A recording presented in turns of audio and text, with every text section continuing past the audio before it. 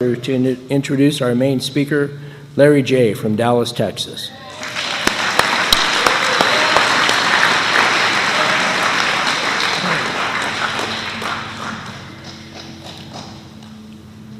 Wow. Yeah.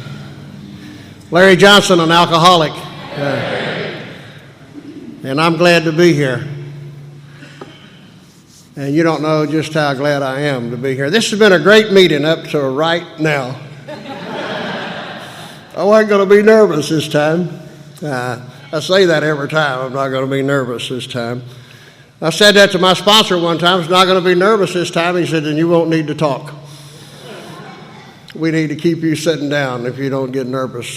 These things, I don't know why I'm not intimidated in the least by this, but it's just, I don't know, I just feel like there's a lot of pressure, you know. And I'm going to do my best to be finished by 8:30 something. I'm going to quit at 10 o'clock whether I'm through or not. It just, nobody don't leave. I want to, first thing I need to do is thank the people responsible for getting me here and for my being here today, here in Las Vegas. Thank you for a splendid 10-minute talk. Just absolutely splendid. I love Las Vegas too. I was saying why I love Las Vegas. There's a lot of money in Las Vegas. I'm not saying that you guys have got a lot of money, but there's a lot of money in this town, and I love being around it. I love to go to the casinos and just stand by the cashier's cage. I really do, just be around all that money. Probably be the most dangerous thing for me to do would be to have some of it. I made a lot of money when I was drinking. I wish I'd have kept some of it. I really did. But then again, thank you for being here. Thank you for having me here. And I'll set out my task is to share with you, as it's laid out in the book Alcoholics Anonymous, what I was like, what happened to me, and what I'm like today. And I'll try to do that in a general way. I was born at a very early age and raised in a Christian atmosphere. When I first came to Alcoholics Anonymous, I came into a group in Dallas, Texas. The old suburban group's no longer in existence now. But it seemed to me like that every meeting I went to for a year or better, that every speaker that got up and introduced himself said, I was born at a very early age and raised in a fine Christian home. And I wasn't convinced that was a place to raise children. It seemed like they were all ended up in Alcoholics Anonymous. My situation was a little different, and I say I was raised in a Christian atmosphere, and that's basically what it was. I was born in a cotton mill village in North Carolina. It's a little place called Cordova, North Carolina. I've been privileged to talk in a lot of meetings in Alcoholics Anonymous over the years, and I've only talked in one where somebody actually knew where that was at. Outside my sponsor, Tom, and he knows it well. But Cordova's that's all it is, a little cotton mill village. It was a safe place to grow up. There was, in my house, in our house, I guess, drinking, I'm not going to say was acceptable. My mother never accepted the fact that my dad drank. She was always against that. But my father was a pretty heavy hitter when it come to drinking. My dad was probably an alcoholic. He never came to Alcoholics Anonymous. I talk about my dad a little bit, and I lost my father in '97. And the reason I got his permission to talk about him. I asked him one time if it's okay to do that, out of respect for him. And he said it was fine. He loved the idea that I was in Alcoholics Anonymous. My whole family loved it when I came to AA. And When I was a couple of years sober, my dad he had a 20-year period of not drinking. And for 20 years, it was almost 20 years, 2 months short of 20 years, he never touched a drink. I never wanted to be the kind of drinker my dad was. I always said growing up I'd never drink like that, and I didn't.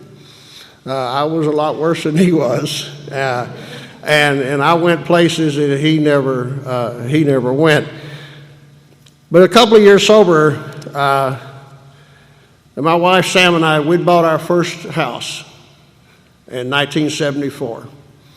And my dad was visiting, and we were out in my backyard one afternoon, and this is just the way he looked at it. And we were talking about drinking, his drinking, my drinking. And I asked him I said, Daddy, you think you're an alcoholic? And he said, no. And he'd been sober then since 1957. And I said, well, let me ask you a couple of questions, if you don't mind. Do you believe, or do you think that had you not become the person that you became after you stopped drinking, my dad went from being the town drunk to the most respected man in that community, to the point people solicited him to run for public office. And he was the go-to guy for a lot of years. And he was involved in his church. He was, I don't know whatever kind of board they had. He was the head of that board for a number of years. So I said, if you wasn't doing all those things, do you think he could have gone this long without a drink? And he says, no. And I said, well, it's a lot like AA. It has some similarities to it. Why do you not think you're an alcoholic? And he says, I've never had to go to a meeting. That was just his perception of what an alcoholic was. I took my first drink when I was 15 years old. And I was a social drinker for about 15 or 20 minutes. And I say that, and it's the truth. We did what social drinkers do. There's a bunch of kids in a car. We're going to a ball game. We stop at a drive-in beer joint, and we had a beer. We had a beer. There were 6 kids in that car. I'm the only one of those 6 that ended up in Alcoholics Anonymous. After I got sober, I checked back on how those guys did. None of those guys ever developed a need to come to AA. But we had a beer. And I don't remember ever wanting to drink like that again. I can't say, I missed out. I hear a lot of people in AA say that their first night drinking, that they got drunk, they went home, they had to put one foot on the floor to keep the room from spinning. I didn't have that on my first night of drinking, but I got it the second. As I went back and got more of that, and I drank as much as there was for as long as there was, and that's the only way I knew how to do that. I quit drinking in 1959. I stopped drinking in 1972. It took me 13 years to stop after I quit. Some of you, I know there's some people in the room who remember those old cars the cars used to have, and the old cars had distributor caps on them, and there was something you could set it. I'm not a mechanic, but I know that when mine got out of time, the guy would take that off and turn a screw or something in there. And what would happen when it got out of time, and you could pull it up to stop and shut the engine off, but it would just sit there and run. And that's kind of the way it was. I mean, I quit drinking, but I couldn't stop. I just couldn't stop drinking. I stopped for a while. I was able to not drink for a period of time, and I had a good reason to quit. On July 4th, 1959, a buddy and I were out celebrating our independence. Did a lot of that. almost killed me celebrating my independence, but we were celebrating and drinking all day, and somewhere around midnight that night, we were driving down the old Highway 74 in North Carolina. That's the highway that connects the mountains to the ocean.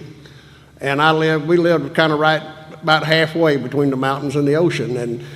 And we're driving down the road. It's as I said, it's about midnight. It's raining. And Earl looks at me and says, "What do you think if we stop at Johnny's and get a cup of coffee?" Johnny's was a truck stop there on the highway. And I said, "It's fine with me." And I didn't know we were already there. And he made a left-hand turn off the highway and hit that gravel parking lot. And the car started to sliding, and we ran head-on with a semi. And I used to tell that story because I used to really like to tell that story because it's dramatic. And sometimes I almost had to make up the drama in my life. But in what happened that night, had that semi not been parked at the fuel tanks, you'd have a different speaker tonight. And I guess the point is in that whole thing is like one of my favorite men in Alcoholics Anonymous that I ever, and I met him when I was 9 months sober, was Norm A. from California. And he talked a lot about seconds and inches. And if you ever listen to his talks, you know that. And that's really what it's like out there. It's really about seconds and inches. Had we been 5 minutes later coming into that place, that guy in that truck would have probably been coming out of there as we were coming in there. We went to the hospital that night. They carried me to the hospital later, sometime over in the morning. A doctor released me from the hospital, and he gave me 3 little yellow tablets, and he said, "You may have trouble sleeping." And I've always been a real subject to the power of suggestion. I mean, you just suggest it, and I just go do it. I got in a lot of trouble with that stuff. I remember, because mine's running, it's kind of racing right now, but I remember sitting in a bar in Dallas one night, and a guy came into that bar. It was one of my favorite watering holes. It was perfectly named. It was called "This Is It." This is it. Then we had another one just a few blocks over called "It'll Do." But I was at the "This Is It." And he said, "Don't go to the "It'll Do." And I said, "Why?" He said, "The Dallas cops are just swarming over there. And you just don't go over there." I finished my drink, got in my car, drove straight to the "It'll Do," hit a street sign on the way, and he was right. The cops were just everywhere, and I go to jail on another DWI just off the power of suggestion. The guy suggested I not do it, I do it.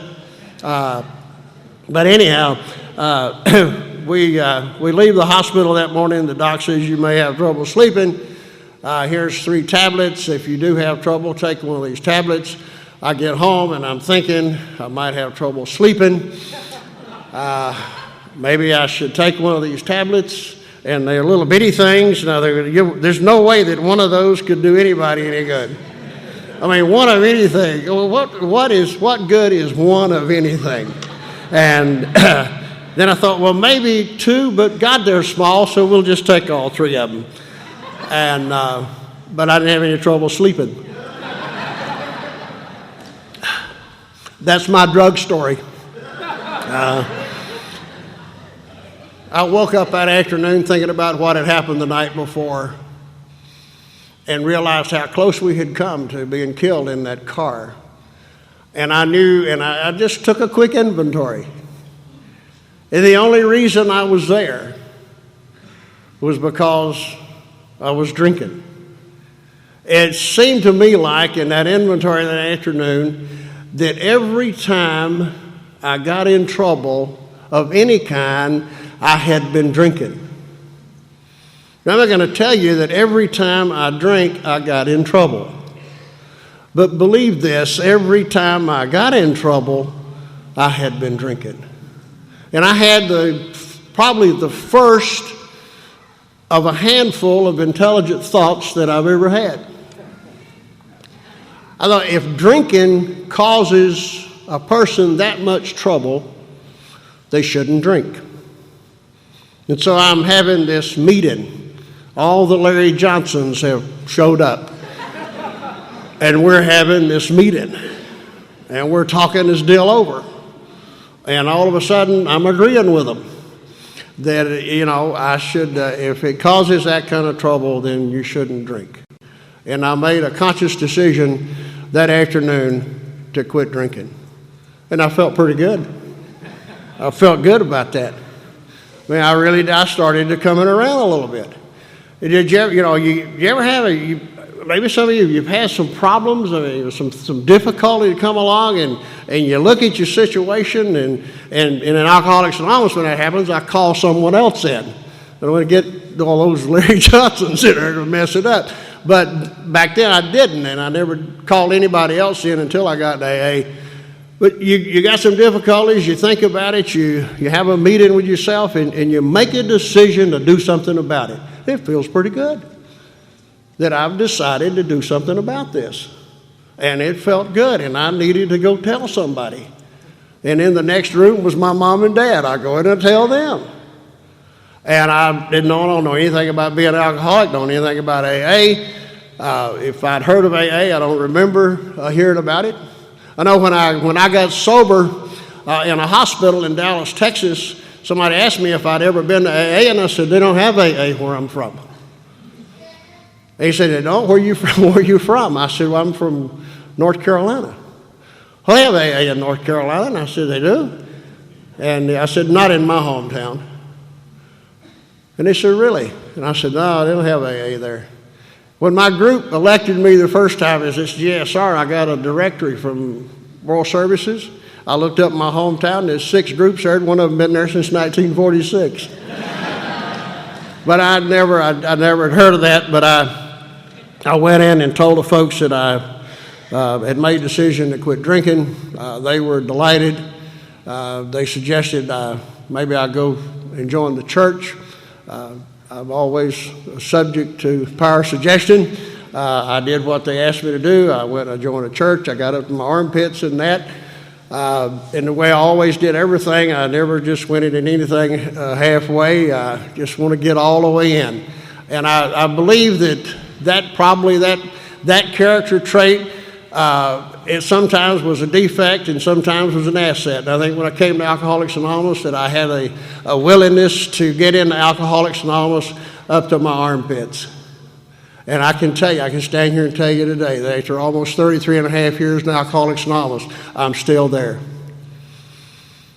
I'm just as deep into it, if not deeper, today than I've ever been in my life. And I believe that's why I'm still here. I believe it's why I'm still sober. And I believe it's why I'm still alive. And why I have the life that I enjoy today. I was able to not drink for 3 years, and one afternoon I made the almost fatal mistake that a lot of alcoholics make. I was riding around one day, inventorying my life, and almost breaking my arm, patting myself on the back about how good I was doing. I had met a girl, named Betty Lou, and Betty Lou and I were a cute couple. Now I got to tell you, she was a pretty thing, and I thought I was. And back in those days, I don't know if you can get a picture of this or not, but I had kind of an Elvis Presley hairdo. You imagine that, and probably, I don't know what I was thinking, but I bought me an old white Ford car, and had them spinner hubcaps. I was just so cool, and Betty, I had that pretty girl named Betty Lou, and I remember I took those spinner hubcaps and they had those little square things in them, and I took some fingernail polish and painted every other square red. They were just really pretty stuff, just anything to draw attention to me, and then on the doors of the car. This is 1959, 60, or like 1959, late 1959, and on the doors of the car, on her side, there was Betty Lou. I wrote her name on the car. And then I wrote my name on the other side. So there's Larry and Betty Lou. And we got married. I don't have any way, we got married in April of 1960. I don't have any way of proving this, but I'm almost sure that the Secretary of War signed the marriage certificate. We'd got along beautifully, and then we got married. And we were two people who could not live in the same house. They're just people who shouldn't try to live together. And we were those two people. After I got sober, I did an inventory on that. I tried to, figure out what it was that went wrong there, and I finally figured it out. She didn't like me. And I didn't care much for her. And ain't no way two people with that kind of attitude could stay together. Now, we didn't fight all the time.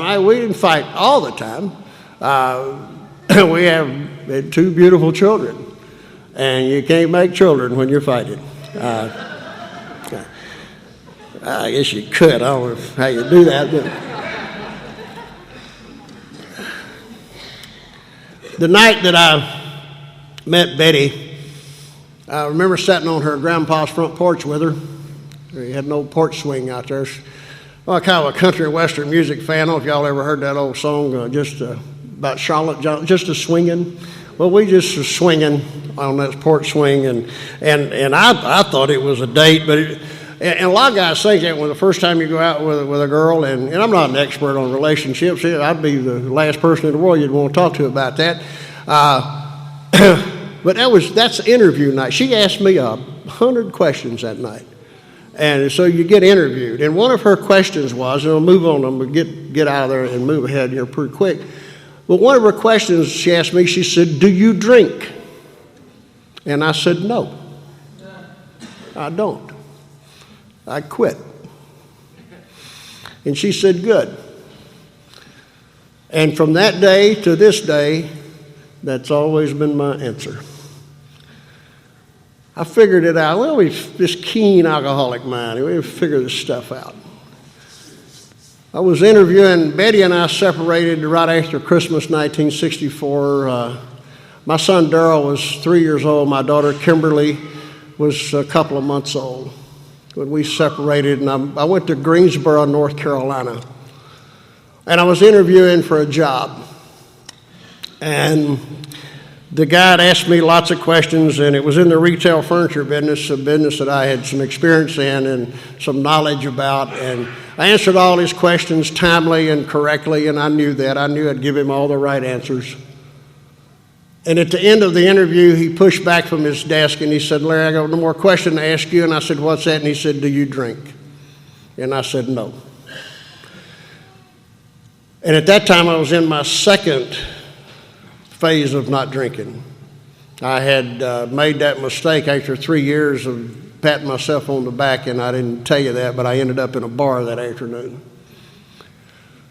But now this time I had another period of not drinking, which lasted 1.5 years. And it was during that period, and he said, "Do you drink?" And I said, "No." And a lot of people had asked me that, and my answer is always the same. And that afternoon, I asked him, I said, "Why did you ask me that?" Because I never asked, "Why did you ask me that?" I thought I kind of knew. Because anytime anybody asking you that question, they have a reason for asking that. They've had a problem with somebody, or they wouldn't be asking you that. I said, "Why did you ask me that?" And he said, "The man that you will replace in our company is an alcoholic. And we're not hiring any more of those." I said, "Well, I don't blame you. I wouldn't hire one of them either. Why would I hire an alcoholic?" And I couldn't leave well enough alone. I had to expound on that with him. But anyhow, he gave me a job and hired me into management in his company. And just a few months later, and during that next few months, Betty had got a lawyer, filed for divorce, and all that was in the works. And my life was an absolute train wreck, just a train wreck. But I wasn't drinking. But my life was a shambles. And one afternoon, this guy that gave me this job because I was not an alcoholic, gave me this job because I didn't drink, called me back after a Saturday afternoon. He said, when we close this afternoon, come by the office, and JD and Will have gone to the liquor store to get a bottle, and we're going to have a little drink. Come by and have a drink with us. And I said, "Well, I don't drink." And he said, "Yeah, I know." About 5:30, I stopped by the office, said, we're going to close early and have a drink. Well, I said, well, maybe you didn't hear me, so I said, I don't drink. He said, son, I know you don't drink. We're just going to have a drink.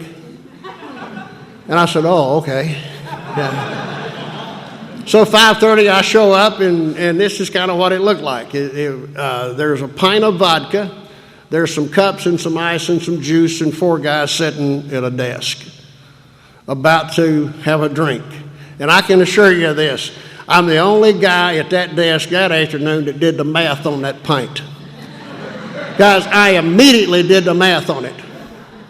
And it wasn't hard. I mean, 16 ounces in a pint, we all know that. And there's it's 4 ounces apiece if everybody gets a fair cut of that deal, And so we finish off that bottle of vodka, and here's basically in a nutshell what happened. We closed the deal down. Ed gets in his car, and he went home to his family. I didn't follow Ed home, but I know that's where he went because it's where he always went. And J.D. and Will got in their car, and they went home to their family. Didn't follow them either, but I can guarantee you that's where they went because that's where they always went. And I headed for California.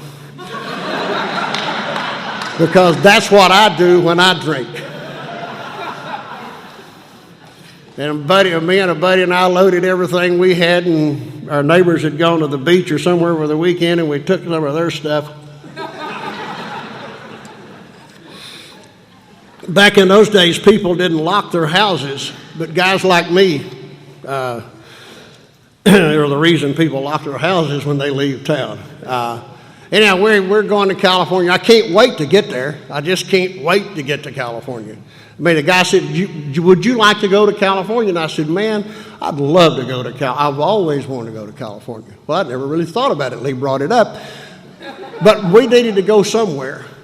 And I didn't like that rotten town I was in to start with. We just needed to go somewhere. So we headed out to California. And I lived in a fantasy world anyhow.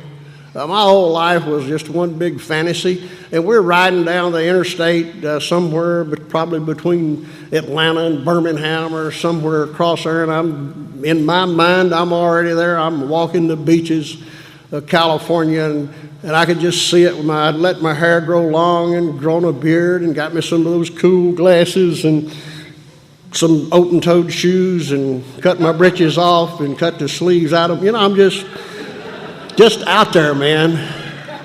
Out there with the rest of them, trying to find myself.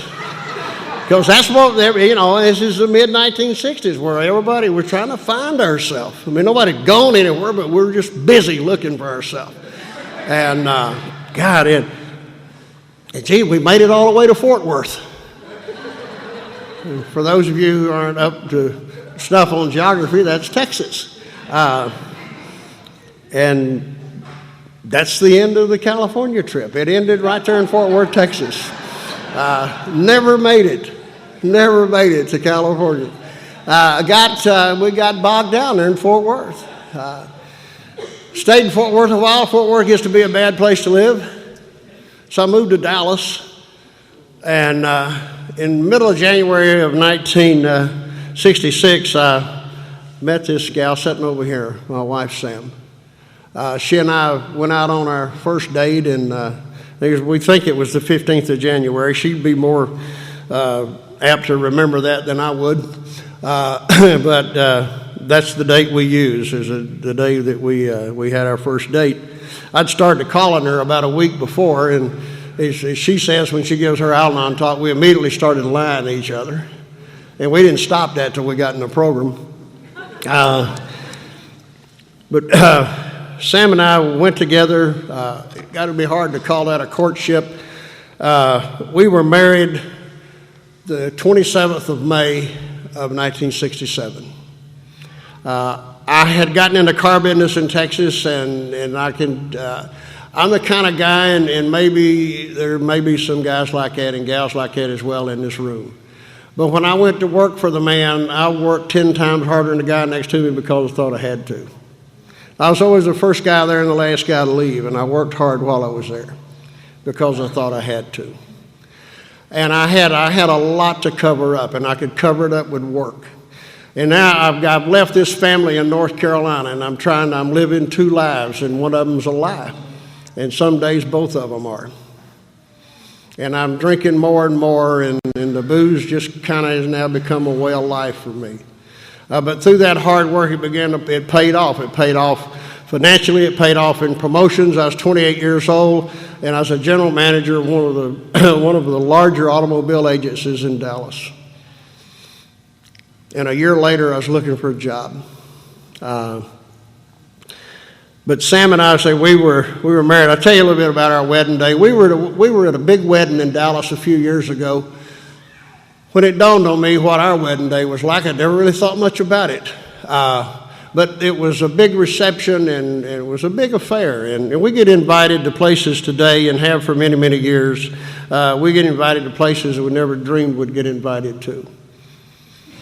You know, having been in Alcoholics Anonymous, and the life that Alcoholics Anonymous has afforded me and my family, we have been able to go places that I never dreamed that I could go, or places that I would dream about going and wonder what it would be like to go there.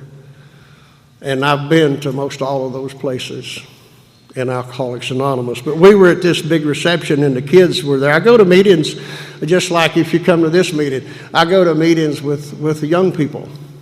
Somebody said, why don't you go to meetings with all those young guys? I said, because I can't find you. You know, I can't find guys like you.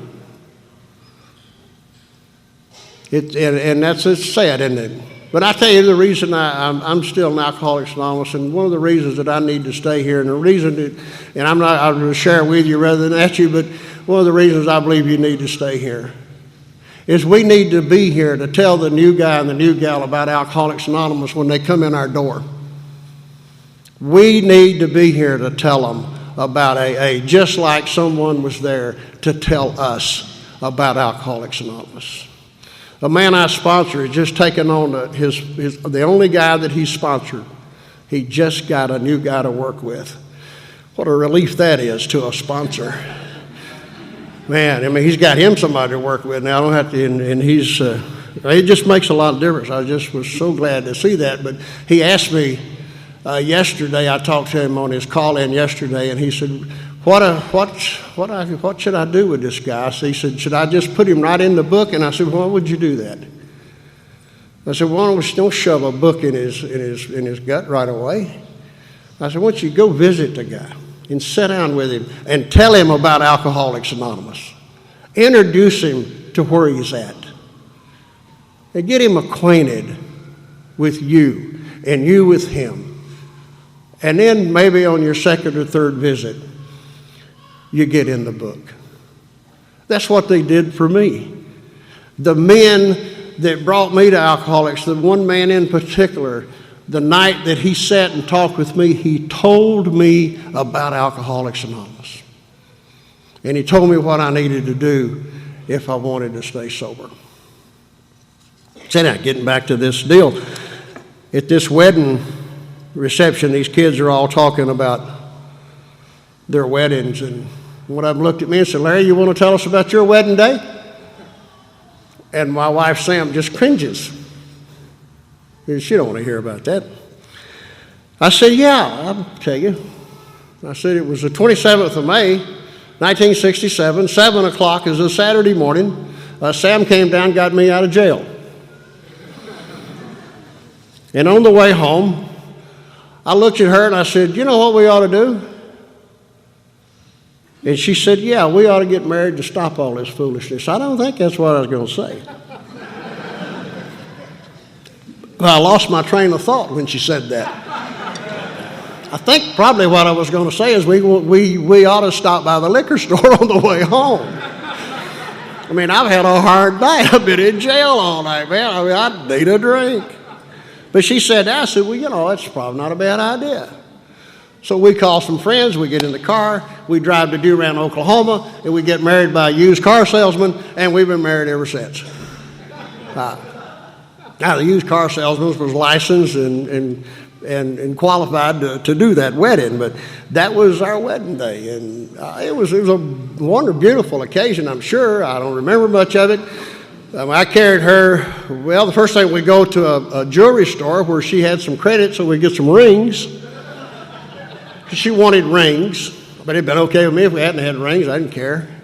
And and she used to tell that we bought the rings on her credit, and I've since made amends to her for that.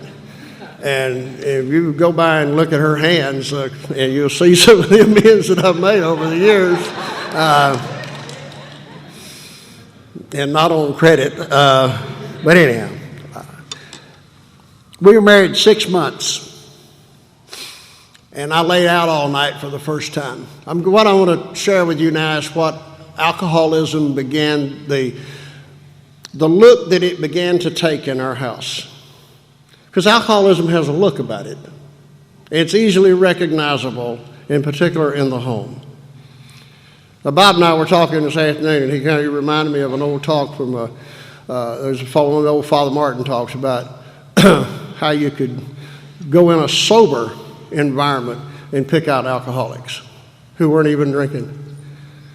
You just pick out the people surrounded by them. I hope he doesn't. I'm not stealing this stuff, but the people around them will let you know by their behavior and how they carefully handle themselves around the alcoholic.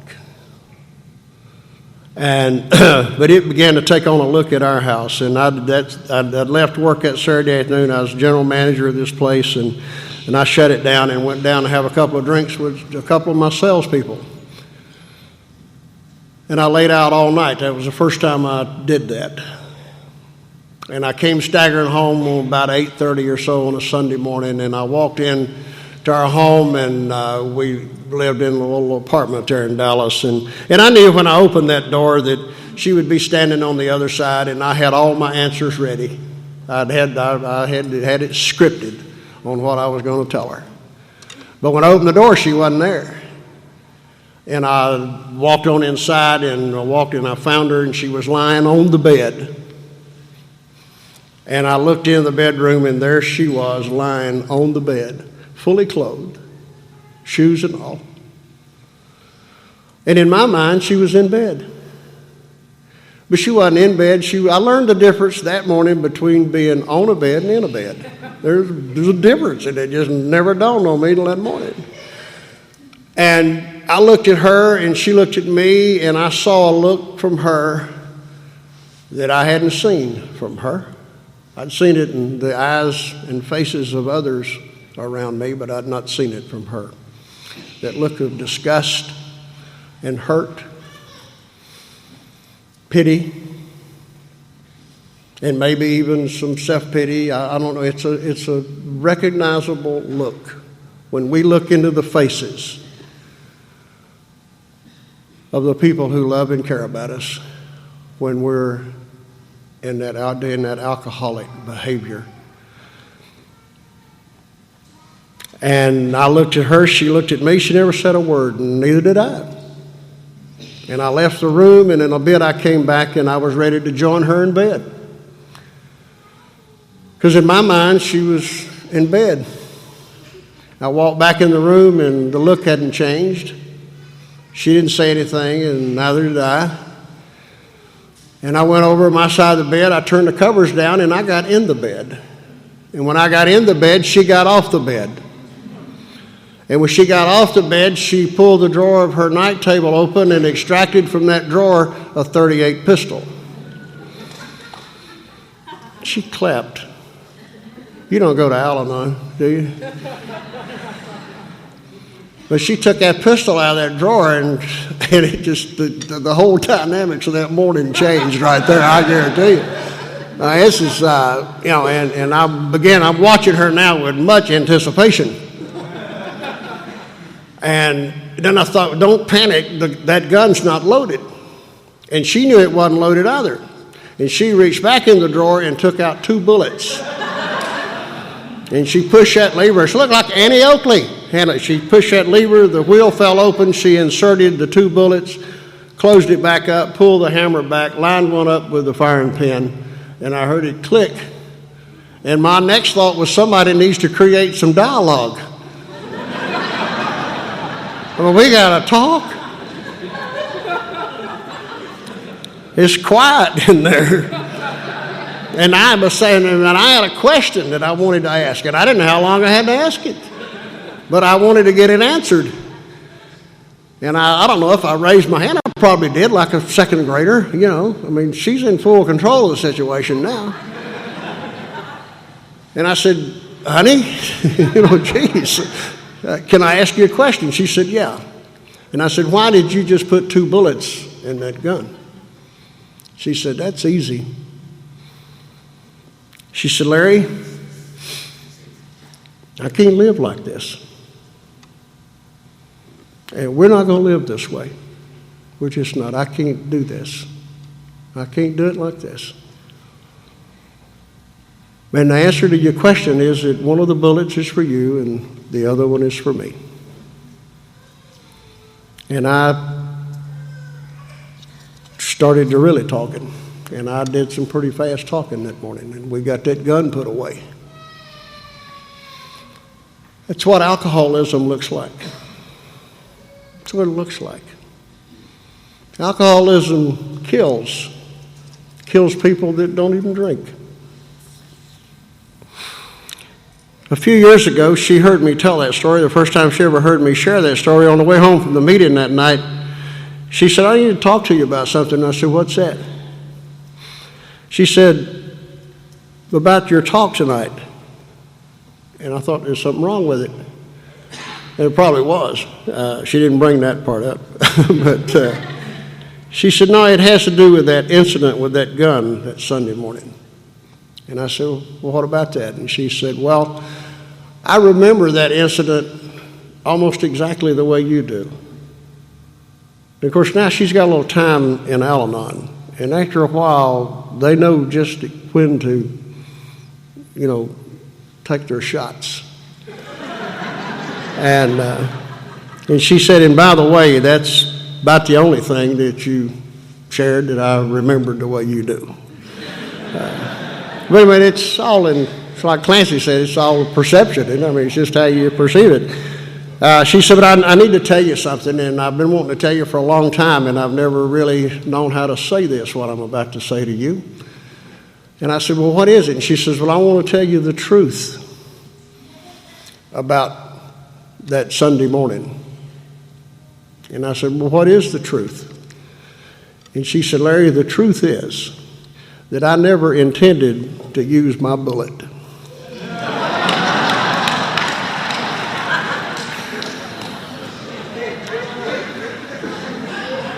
So it's called ego deflation at depth, huh? There's more than one way to achieve that. It was 5 years later, and I had run out of airspeed and altitude all at the same time. I'd found my place that Sunday night. I'd found myself in a place to where my life was no longer acceptable to me. And that's bottom. That's bottom for me, when my life was no longer acceptable to me. And I sat in the middle of the floor. I had been home for a couple hours. And I'd been drunk for about 3 weeks. I don't know how many times I'd been in jail that 3 weeks. There's no way of knowing. It doesn't really matter. But I remember I was sitting in the middle of the floor. And I'd been begging her for money. I had begged her to go get me something to drink. And I don't ever want to forget that night. I don't ever want to forget the pain, the physical pain of needing a drink, of knowing that that's the only thing that'll stop the insanity. It was the only answer I knew. And I begged with her and tearfully pleaded with her to go get me something to drink. And she dug her heels in and refused to go. And then something snapped inside my head, just like it did in yours. I knew that moment in time that my life was no longer acceptable to me. and that I could no longer live the way I was living. I must have known at that moment a little bit how she felt 5 years before that Sunday morning, that I can't live like this anymore. And I said to her, I said, I can't live this way any longer. Would you please find me some help? I can't do this anymore. And somewhere deep down inside of me, I knew that my life was over the way I had been living it. I don't know how we know that, but we know that. I think that God put something down inside of each one of his kids. And there ain't enough booze or anything else out there to mar that. He somehow, in his infinite wisdom and grace, keeps that from being damaged. And some call it a conscious, and I like to think that that's my knower. And down in my knower, I knew that my life was over the way I had been living it. And I was willing at that moment in time to do whatever I had to do to stop this insanity. And she said, Larry, who do you want me to call? And I don't know who to call. I don't think about calling Alcoholics Anonymous. Never came to mind. They tried to net me 2 years before at a state hospital. AA did. And I ran out from under the net pretty fast. I didn't ever want to get caught in Alcoholics Anonymous. And I'll tell you why I didn't want to go to AA. It's a pretty simple deal. There's no mystery to that. I didn't want to go to Alcoholics Anonymous because that's where alcoholics went. And Alcoholics Anonymous is for alcoholics. And I was not an alcoholic. And I didn't know that night whether being an alcoholic never really came up in the conversation. But I asked for help. She said, who do you want me to call? And I don't know who to call. The TV was on. Seemed like the TV's always on at a drunk's house. I don't know why that is. We went to dinner over at Rich's tonight. The TV was on. There wasn't even any sound on it. It was just on. It's like that. It may still be on at our house, and we left there yesterday. I don't know. But the TV was on, and on the TV screen was a commercial for a place in Dallas, Texas, that you could take a guy like me and get him some help for what was really wrong with him. There's a place called the Center Hospital. It said the Center Hospital for the treatment of alcoholism. And down at the bottom it said, if you've got a problem with alcohol, call this number. And I looked at her and I said, call those people. And she went to the phone and called. And it was 11 o'clock on Sunday night. And they just made the shift change the nurses had. And she got a little nurse on the phone. And somehow or another, about 4 minutes I'm out of here. But somehow or other, that little nurse, who was not an alcoholic, had been given the gift that I believe that God gives every one of us if we're just receptive to it. I believe it's necessary in Alcoholics Anonymous to acquire this gift or receive this gift. And that was a gift of being able to sense the desperation in the voice on the other end of the phone. And she was able to sense that. And she said, honey, hang that phone up and somebody will call you right back. And this little nurse called the guy that ran that place, got him out of bed on Sunday night, and probably said, I wasn't there, but I like to think that Chris said something like this. Tony, I just got a call from a lady, and she sounds desperate. I think this family is desperate, and they need help, and they need it now. They don't need it in the morning. Because he called her, and they talked, and they arranged for me to go see him. And when she hung the phone up, we had made the arrangements, and she hung the phone up, and she put her coat on, and she started out the door, and I said, where are you going? She said, I'm going to get you something to drink. And I said, why? She said, because he said to. And I'm thinking, I don't know this guy, but I like the way he thinks. But he knew what to do. Thank God he knew what to do. He knew that if she could get something to drink in me, she could get me to bed. and get me to him. What happened in the phone call? What happens in the phone call? She makes a call. She takes me to him. He brings me to you. Man, that's what happened. He brought me to you. He put me in his treatment center, kept me there for 28 days. He didn't paint any rosy pictures. He told me before I left there, he said, if you don't end up in Alcoholics Anonymous, you ain't got a cut dog chance of making this deal. Just like that. Tough guy. And I left that place after 28 days, and I found myself in an AA meeting that Monday night, and I've been going ever since. And all I've had to do in Alcoholics Anonymous was to change my whole life. Now, I'd hear the whispers, just don't drink and go to meetings. If you want to stay sober on self-knowledge and willpower, I guess that's the way to do it.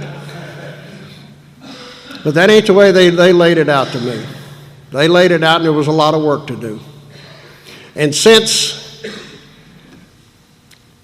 coming to Alcoholics Anonymous, it would take a whole other meeting, and maybe I should have spent this meeting on that. I don't know. My life has changed. Those 2 children in North Carolina I had to make amends to. I did not want to do that. I didn't want to do that. I could not do that. By the time I got to that, I was 2 years sober, and I'd been gone for 9 years. And to make that amends, I had to let her know where I was at. Because I'd been on the lam. I'd been living that lie. And now I'm in Alcoholics Anonymous, and I can't live a lie any longer. And I knew that if I contacted her and let her know where I was at, that she had the right, and rightly so, could have me put in jail. But I had to be willing to risk that. But not until after I spent a lot of time with a sponsor, and a lot of times on my knees, and a lot of times talking to my wife and daughter. And I remember saying to Sam that I'm going to do when I'm ready to do this. When you're ready, if you're ready to give me up, you may have to give me up for a while. And when you're ready to do that, let me know, and I'll make the call. And I wrote Betty a letter. Sam said, you do whatever you have to do, and I wrote her a letter. And after 4 days, I mailed that letter on a Thursday, and on a Monday afternoon, Betty called. It was the first conversation she and I had in 9 years. And she said, we got your letter today, and we wanted to call. And she was willing to forgive. Just like when I wrote that letter, and I don't know if there's anybody in here that needs to make an amends like that or not, but there's a page in our book, and I don't know what's on every page in that book, but on page 79 are the directions for that amends. It's specific directions for that amends. And I opened that book that day, and I wrote the letter based on what it said on that page and through sponsored direction. As a result of that, as a result of God's grace and goodness and the power of that step and the power of the program of Alcoholics Anonymous, those children were put back in my life, and they're still there today. And I have 3 children. I have 2 girls and my son. I don't have a lot of time to tell you about my kids, but I can tell you that they're all living productive lives. Productive, respectable lives today. And our life today is beyond belief for us. It's a long way from that mill house in Cordova, North Carolina, to where I am today. It's a long way from there. You can't get to here from there except through God's grace and power and a program called Alcoholics Anonymous. Thank you for having me.